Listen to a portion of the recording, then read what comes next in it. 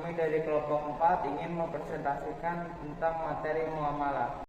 A. Pengertian muamalah. Muamalah dalam Kamus Bahasa Indonesia artinya hal-hal yang termasuk urusan kemasyarakatan, pergaulan, perdataan, dan sebagainya.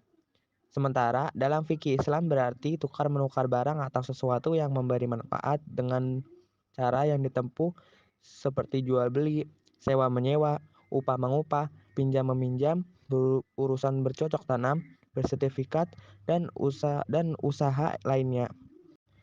Larangan dalam melakukan transaksi ekonomi. Yang pertama, tidak boleh menggunakan cara yang batil. Yang kedua, tidak boleh menggunakan kegiatan riba. Yang ketiga, tidak boleh dengan cara-cara zalim aniaya. Yang keempat, tidak boleh mempermainkan takaran, timbangan, kualitas, dan kelelahan. Yang kelima, tidak boleh dengan cara ekspekulasi atau berjudi. Yang keenam, tidak boleh melakukan transaksi jual beli barang haram. Macam-macam muamalah. Yang pertama, jual beli. Jual beli menurut syariat agama Islam ialah kesepakatan tukar menukar benda untuk memiliki benda tersebut selamanya. Melakukan jual beli dibenarkan sesuai dengan firman Allah Subhanahu wa taala yang berbunyi, dan Allah Subhanahu wa taala telah menghalalkan jual beli dan mengharamkan riba. Quran surat Al-Baqarah ayat 275. Apabila jual beli itu menyangkut suatu barang yang sangat besar nilainya dan agar tidak terjadi kekurangan di belakang hari, Al-Qur'an menyarankan agar dicatat dan ada saksi. Lihatlah penjelasan ini pada Quran surat Al-Baqarah ayat 282. Syarat-syarat jual beli. Yang pertama, penjual dan pembelinya haruslah balik, berakal sehat, atas kehendak sendiri. Yang kedua, uang dan barangnya haruslah halal dan suci. Haram menjual arak dan bangkai, begitu juga babi dan berhala, termasuk lemak bangkai tersebut. Yang kedua, bermanfaat. Membeli barang-barang yang tidak bermanfaat sama dengan menyia-nyiakan harta atau pemboros. Yang ketiga, keadaan barang dapat diserah terimakan. Tidak sah menjual barang yang tidak dapat diserah terimakan. Contohnya menjual ikan dalam laut atau barang yang sedang dijadikan jaminan, sebab itu semua mengandung tipu daya. Yang keempat, keadaan barang diketahui oleh penjual dan pembeli. Yang kelima, milik sendiri. Sabda Rasulullah SAW, tidak sah jual beli melainkan atas barang yang dimiliki. Hadis riwayat Abu Daud dan Tirmizi. Yang ketiga, ijab qabul. Seperti pernyataan penjual, saya jual barang ini dengan harga sekian. Pembeli menjawab, baiklah saya beli. Dengan demikian berarti jual beli itu berlangsung suka sama suka. Rasulullah SAW bersabda, sesungguhnya jual beli itu hanya sah jika suka sama suka.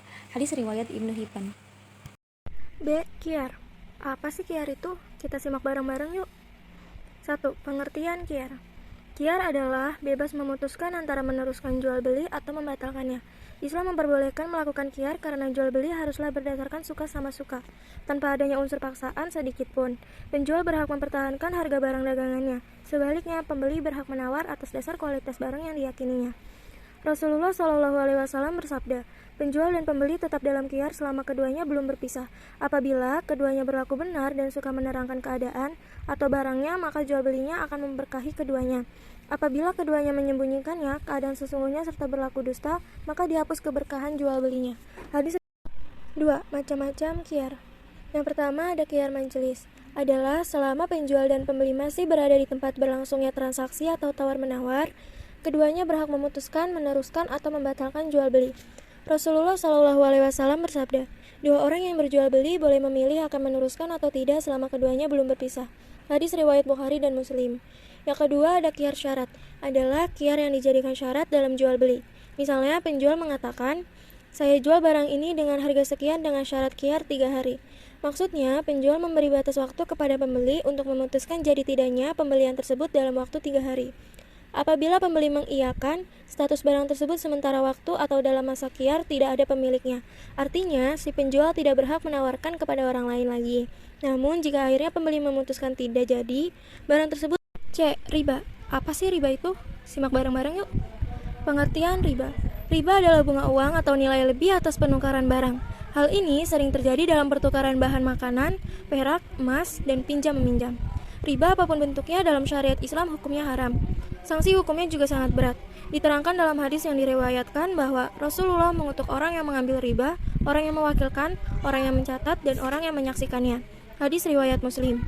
Guna menghindari riba apabila mengadakan jual beli barang sejenis seperti emas dengan emas atau perak dengan perak ditetapkan syarat. Yang pertama sama timbangan ukurannya. Yang kedua dilakukan serah terima saat itu juga, dan yang ketiga adalah tunai. Macam-macam riba. Yang pertama ada riba fadli, adalah pertukaran barang sejenis yang tidak sama timbangannya. Misalnya, cincin emas 22 karat sebesar 10 gram ditukar dengan emas 22 karat namun seberat 11 gram. Kelebihannya itulah yang termasuk riba. Yang kedua ada riba kordi, adalah pinjam meminjam dengan syarat harus memberi kelebihan saat mengembalikannya. Misal, si A bersedia meminjami si B uang sebesar 100.000, asal si B bersedia mengembalikannya sebesar 15.000, bunga pinjaman itulah yang disebut riba. Yang ketiga ada riba yadi, adalah akad jual beli barang sejenis dan sama timbangannya. Namun, penjual dan pembeli berpisah sebelum melakukan serah terima, seperti penjualan kacang atau ketela yang masih di dalam tanah. Yang keempat ada riba nasi'ah, adalah akad jual beli dengan penyerahan barang beberapa waktu kemudian. Misalnya, membeli buah-buahan yang masih kecil-kecil di pohonnya, kemudian diserahkan setelah besar-besar atau setelah layak dipetik, atau membeli padi di musim kemarau. Sekian penjelasan dari kami, kurang lebihnya mohon maaf. Wassalamualaikum warahmatullahi wabarakatuh.